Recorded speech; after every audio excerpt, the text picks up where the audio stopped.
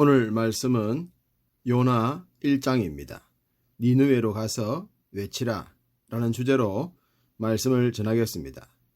본문의 말씀은 1절에 여호와의 말씀이 아미떼의 아들 요나에게 임했다로 시작하고 있습니다. 하나님께서 요나에게 임하신 이유는 2절 마지막에 큰 성읍 니느웨의 악독이 내 앞에 상달되었기 때문이라고 합니다. 그리고 악독이 가득한 그 성을 향해 요나로 하여금 가서 외치게 하셨습니다. 그러자 3절에 요나는 여호와의 낯을 피하여 욥바로 내려갔다고 합니다. 그러자 요나를 기다리이라도 하듯 니느웨의 정반대 방향인 다시스로 향하는 배가 기다리고 있었습니다. 당연히 요나는 그 배에 올랐죠. 여기서 생각해 볼 것은 왜 요나가 하나님의 말씀을 어기고 니느웨의 반대 방향인 다시스로 도망을 하려 했을까요? 1절부터 3절엔 그 이유가 나오지 않습니다. 그러나 어떤 불편한 말씀을 들었기 때문에 이런 행동을 하지 않았겠습니까? 하나님께서 어떤 말씀을 하셨는지에 대해서는 3장에서 알 수 있습니다. 요나가 물고기 뱃속에서 살아나왔을 때 하나님은 내가 전에 명한 바를 선포하라고 하십니다. 그래서 요나가 외쳤죠. 3장 4절 요나가 그 성읍에 들어가서 하루 동안 다니며 외쳐 이르되 40일이 지나면 니느웨가 무너지리라 하였더니, 이 내용이 바로 처음에 하나님께서 요나에게 하셨던 말씀입니다. 그런데 왜 요나는 이 말을 듣고 니느웨의 반대 방향으로 도망을 갔을까요? 하나님께서 40일이 지나면 니느웨가 무너진다고 하셨지만 요나의 생각엔 만약에 그들이 회개하면 용서해 주실 것이라는 확신이 있었습니다. 그래서 하나님께 물었던 것 같습니다. 4장 2절 여호와께 기도하여 이르되 여호와여 내가 고국에 있을 때에 이러하겠다고 말씀하지 아니하였나이까. 요나는 확신에 찬 자기의 말을 했습니다. 회개하면 살려주실 거죠. 그렇지만 하나님은 그 말씀에 응답하지 않으시고 40일이 지나면 망할 것이라는 말만 하라고 하셨죠. 아마도 요나는 여기서 마음이 상해 불순종했던 것 같습니다. 요나서를 시작하면서 이 부분을 통해 먼저 한 가지 정의를 내리면 좋겠습니다. 때로 우리가 하나님의 뜻을 확실히 안다고 해도 그것이 온전한 것이 아니라는 것을 말입니다. 하나님을 향해 항변을 할 정도로 확실하다고 해서 그것으로 요나처럼 행동해서는 안 된다는 것입니다. 때로 잘못된 부모의 결정에 반항할 수는 있겠지만 하나님을 향해서는 그 어떤 저항도 정당성이 부여되지 않습니다. 왜냐하면 다니엘 기도회의 간증에서 들으셨듯이 하나님은 언제나 옳으시기 때문입니다. 요나가 하나님을 향해 큰 소리를 칠 정도의 확신을 가졌다고 하더라도 니느웨로 가서 전하라고 하면 전해야 옳은 것이지 자기의 뜻을 따라 불순종하는 것은 옳으신 하나님 앞에 옳은 행동이 아니기 때문입니다. 요나는 자신의 행동이 옳다고 생각했기에 자신의 뜻에 합당한 배를 만나자 기뻤고 그 배에 올라 편안하게 잠자리에 누웠을 때 기분이 아주 좋았을 것입니다. 그런데 그 기분 좋은 상황은 딱 거기까지였습니다. 갑자기 예상치 못한 큰 폭풍이 일었고 금방이라도 배는 깨어질 정도가 되었기 때문입니다. 오랫동안 뱃일로 뼈가 굳었던 사공들조차도 두려워서 자신들의 신을 부를 정도가 되었습니다.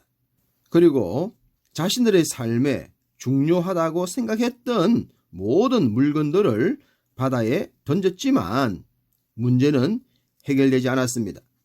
이제 배에 탄 모든 사람들이 죽음의 골목 앞에 다다르고 만 것입니다. 이것이 바로 자신이 옳은 대로 생활하는 인간상의 단면이라고 하겠습니다. 자기가 원하는 대로 문제가 풀려서 기분 좋게 잠자리에 눕는 듯 하나 모든 것을 버리면서까지 생명을 구하려 해도 무용지물이라는 것. 하나님 밖에 있는 인생들의 청사진입니다.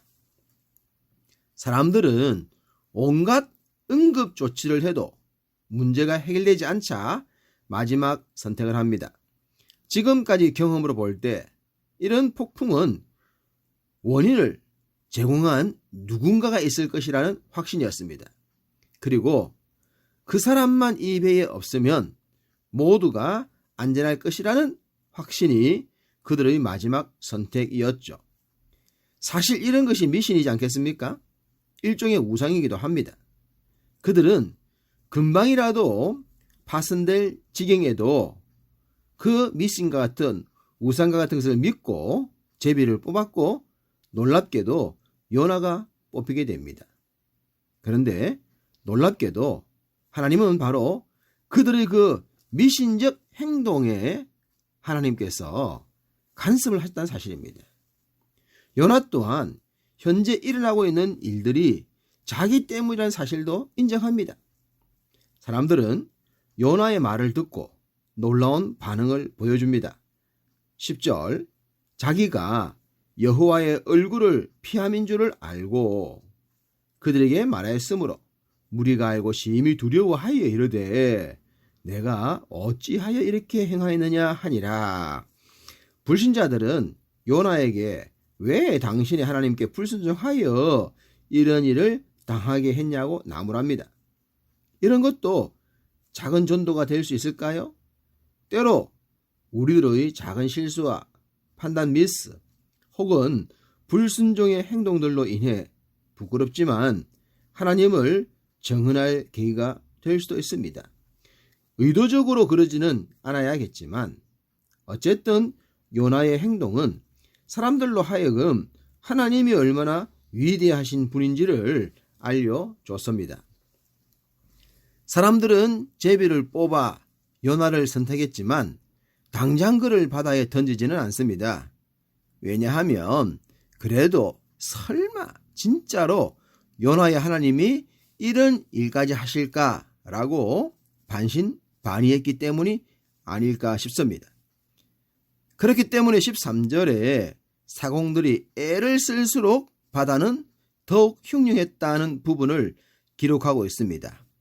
그러나 설마 하다가 결국은 요나의 말을 인정하기로 합니다.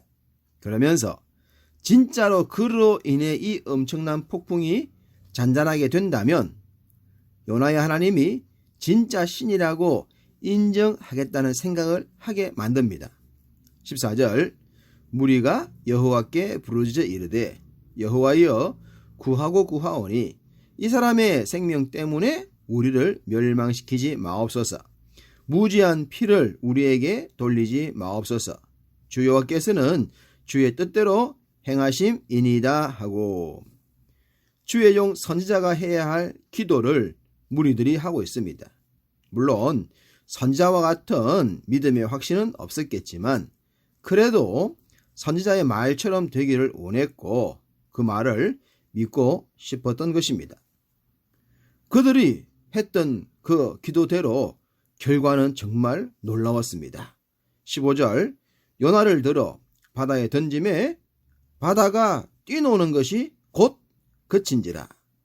설마가 확신으로 바뀌는 순간입니다. 하나님께서 불순종을 통해서도 구원의 역사를 행하시고 있는 장면입니다. 16절, 그 사람들이 여호와를 크게 두려워하여 여호와께 제물을 드리고 서원을 하였더라. 불순종을 통해 주께 영광 돌릴 것이 아니라 온전한 순종을 통해 이런 영광 우리가 돌릴 수 있어야 하지 않겠습니까?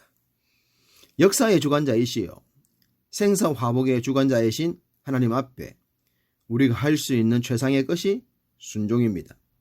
순종은 미련하고 무능한 자의 것이 아니라 하나님의 역사를 온전히 믿는 자의 특권입니다.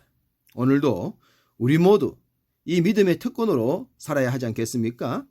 오직 믿음의 순종으로 멋지게 승리하시는 복된 한 날 사시기를 주님의 이름으로 축복합니다.